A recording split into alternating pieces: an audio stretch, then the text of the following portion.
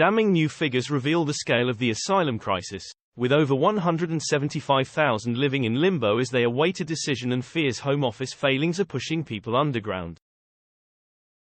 Damning new figures reveal the scale of the UK's asylum system shambles, with over 175,000 people forced to live in limbo as the backlog reached a record level. Under fire, Suella Braverman's handling of the Home Office was labelled disastrous as costs spiralled and arrivals outstripped the number of decisions reached. The asylum system now costs almost £4 billion a year, up from £500 million a decade ago and almost double what it did a year ago.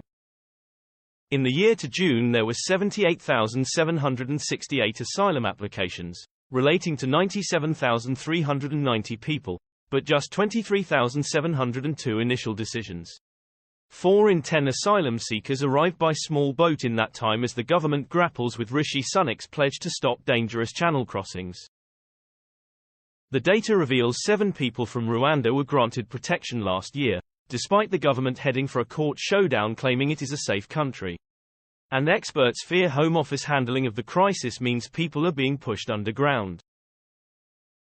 Here we look at some of the key things we've learned from the latest figures. There were 78,768 asylum applications, relating to over 93,000 people, in the year to June. This is a whopping 19% higher than the previous year, and tops the number at the height of the European migration crisis in 2015-16, when 36,546 people applied. And the government just isn't keeping up. In that 12 months there were 23,702 initial decisions made on asylum applications. In fairness to the Home Office, this is 61% higher than in the previous year, but it's not nearly high enough to clear the backlog.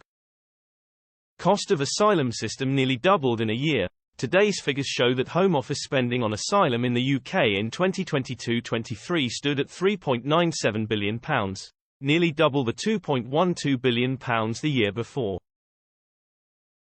A decade ago, in 2012-13, the total stood at £500.2 million. At the end of June, 50,546 asylum seekers were in hotels, while 62,728 were in other accommodation. An additional 4,176 people were receiving subsistence support only. The government says it's spending more than £6 million a day on hotels as Ms Braverman gets increasingly desperate.